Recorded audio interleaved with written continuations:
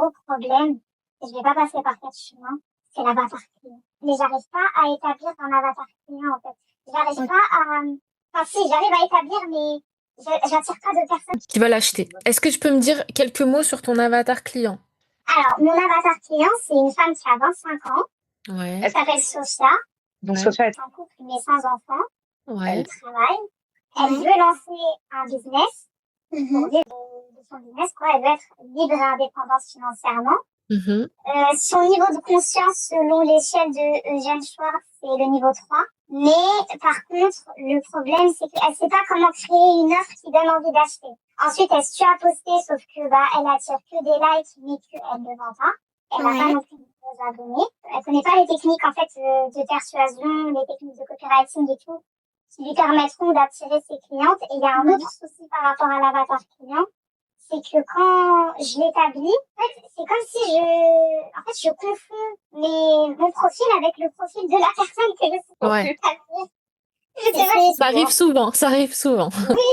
Je te rassure. Ok. Est-ce que tu as parlé avec elle ou est-ce que tu prends tes informations sur toi, ta situation? Alors, le plus gros du truc, je me focus sur ma situation. Parce qu'en fait, un jour, j'ai entendu dans une formation, il y a un mec qui m'a dit, il faut cibler des gens qui sont comme nous. Parce qu'on connaît mieux que quiconque, enfin, pas comme nous en termes de personnalité et tout, mais je veux dire en termes de problématiques. Parce que comme on a les mêmes, on sait c'est quoi qui leur pose problème, tu vois. Ouais. Ouais, c'est vrai. Sinon, Oui. C'est pas un mauvais conseil. En fait, tu peux cibler ou la personne que tu étais toi avant, il y a 1 an, il y a 2 ans, voilà. Enfin, c'est le plus facile en fait parce que tu sais, t'étais dans cette situation. Donc tu vas réussir avec encore plus de pertinence à lui décrire exactement ce qu'elle ressent, son quotidien, etc. Donc c'est une très bonne idée. Après, qu'est-ce qui te fait dire toi que tu es perdu par rapport à ton avatar? Parce que ce que tu me dis, ça me paraît assez cohérent. Enfin, il y a rien qui me choque en fait. Est-ce que tu as besoin de plus d'informations sur elle? Est-ce que tu as l'impression que les informations que tu as sur elle, elles sont pas bonnes? J'ai l'impression que y a personne qui est comme ça. Genre, quand t'établis le profil, quand je rentre vraiment dans les détails des problèmes et tout, je me dis, mais c'est bon, là, c'est juste un truc que je sors de ma tête. Y a personne, ça se trouve, dans la vraie vie qui est comme ça. Plus, tu vois, quand je poste, j'attire pas mes cibles, en fait. J'attire des concurrentes. J'attire des personnes qui sont cool, tu vois, les personnes dans le faceless marketing. Par rapport à ça, en fait, ce qui est important dans les critères de ta cliente idéale, c'est qu'il faut qu'elle soit consciente d'avoir un problème. Il faut qu'elle soit à la recherche d'une solution. Si ça fait longtemps qu'elle est à la recherche d'une solution, c'est encore mieux. Il faut qu'elle ait envie d'investir dans cette solution. Il faut que, si possible, elle te voit toi comme la meilleure personne pour l'aider. Si tu as ces 4 critères, c'est plié. C'est ce qu'on veut, en fait. Et la plupart des entrepreneurs, ils galèrent, en fait, à vendre parce que ils n'ont pas ces critères dans leur cible.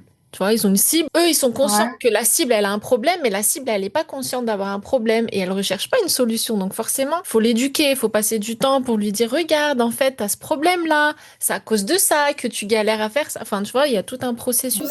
Alors que là, le fait que tu t'adresses à une personne qui a ces critères-là, tu raccourcis en fait le temps que tu as besoin pour la convertir. Parce qu'elle est déjà sophistiquée, elle est déjà éduquée, elle a déjà testé des trucs qui n'ont pas fonctionné, elle sait qu'elle doit investir parce que en fait, jusqu'à présent, tout ce qu'elle a fait, ça n'a pas fonctionné. Donc, elle sait qu'en fait, il n'y a pas de solution miracle. Si elle veut obtenir des résultats, à un moment donné, il va falloir qu'elle investisse sur elle. Elle trouve la solution. Le seul problème, c'est qu'elle n'a pas encore trouvé la bonne solution ou la bonne personne pour lui apporter cette solution. Et c'est là que toi, tu vas te positionner comme la personne qui a les réponses à ces questions, etc., etc. Ça, c'est la première chose que je voulais te dire. Donc ça, c'est très important que tu gardes toujours ça en tête quand tu communiques, de sorte à attirer vraiment des personnes qui ont ces critères-là, prêtes à investir, qui sont, tu vois, tu vas éduquer un peu, mais voilà, tu vas surtout t'adresser à des personnes qui ont déjà un certain niveau de conscience. Deuxième chose que je voulais te dire, c'est que quand tu fais ta fiche de ton avatar, forcément, tout le monde ne va pas rentrer dans ces cases. C'est impossible. Tu vois, par exemple, je sais pas,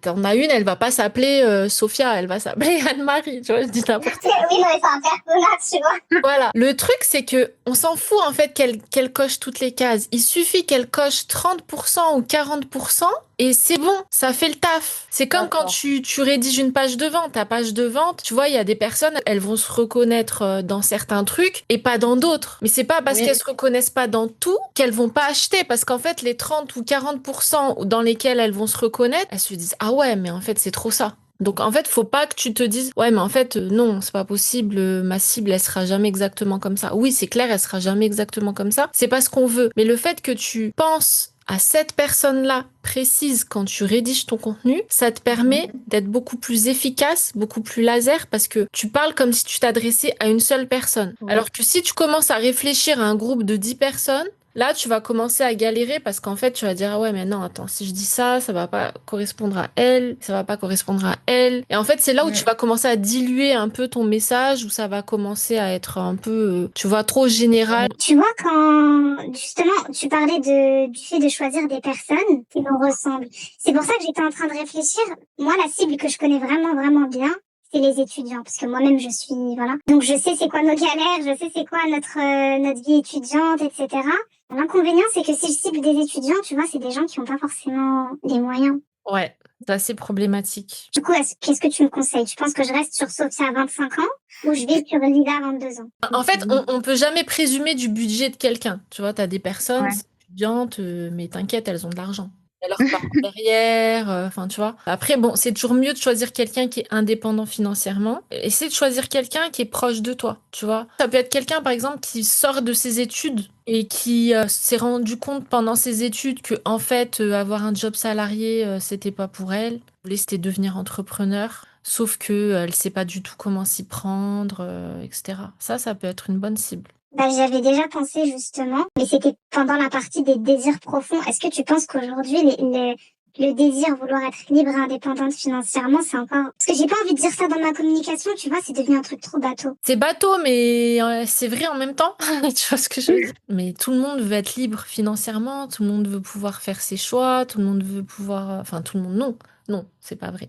Parce que t'as des gens, ils préfèrent être salariés, hein. Ils préfèrent le confort d'être salarié que l'inconfort de travailler pour soi-même. Mais oui, c'est un désir bateau, mais c'est un désir qui est vrai. Donc, il faut que je le reformule, mais par exemple, elle veut devenir libre, parce que j'avais pensé à ça. Elle veut devenir libre et indépendante financièrement. Pourquoi? Pour avoir une solo life, par exemple. Ouais. Donc, je tape dans ça. Ouais. Ok, d'accord. Ouais. Ça, c'est... Moi, ça me parle, perso. Moi, je suis dans ce monde-là, tu vois. Oui. En fait, quand je vois la vie que j'ai maintenant, j'adore mon travail et je kiffe mon travail, tu vois, et j'imagine pas arrêter un jour de travailler. Mais en même temps, j'aime aussi ce côté où je peux ne rien faire et il y a de l'argent qui rentre, tu vois. Ok. Tu peux partir en vacances une semaine. En fait, t'as pas le stress de te dire si je travaille pas, c'est chaud. Il y a pas. Ouais. Comment je peux dire, mais tu vois, ce stress, en fait, c'est un stress. C'est bateau, mais c'est un stress. Enfin, tu vois, quand t'as le stress des factures, personne n'a envie d'être dans ce stress, hein. C'est clair, surtout le stress financier. Ouais, surtout le stress financier. Et puis bon, aujourd'hui, avec la situation économique en France, je pense que les gens, ils sont encore plus stressés qu'avant. Les jeunes, plus qu'avant. Parce qu'aujourd'hui, tu sais que même un diplôme, ça te garantit rien. Même un travail, en fait, ça te garantit rien. Parce qu'en vrai, t'as un salaire, mais voilà, enfin, tu vois, tu vis pas... Tu vis pas c'est pas assez. C'est pas assez, t'es tout le temps en train de tout compter, de te restreindre sur tout. Enfin, voilà, quoi.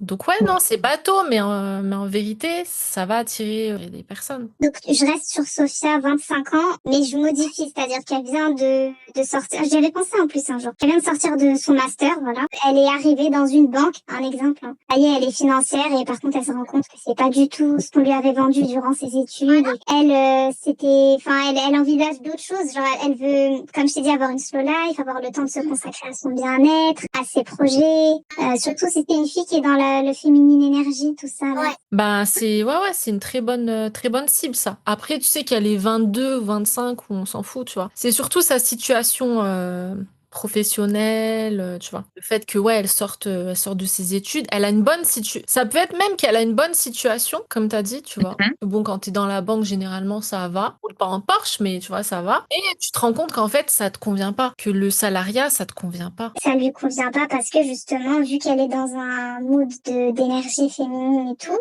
Elle veut cycle CNC, je vais inventer un mot, mais tu vois ce que je veux dire, Safia. Et c'est pas possible dans le salariat, et aussi elle en a marre aussi de se faire traiter de voleuse et tout, parce que tu vois, des fois, les clients qui viennent et qui disent que c'est des voleurs, du coup, ça pourrait être un bon truc. Ouais, Ok. ou même elle peut se rendre compte parce que bon, c'est vrai que dans les banques, en fait, l'intérêt de la banque, c'est que tu restes à découvert, hein. Donc forcément, ils doivent te pousser quand même à des trucs pas très éthiques. Donc peut-être que justement, elle se rend compte que finalement, ce métier-là, ça lui convient pas du tout. Enfin, tu vois.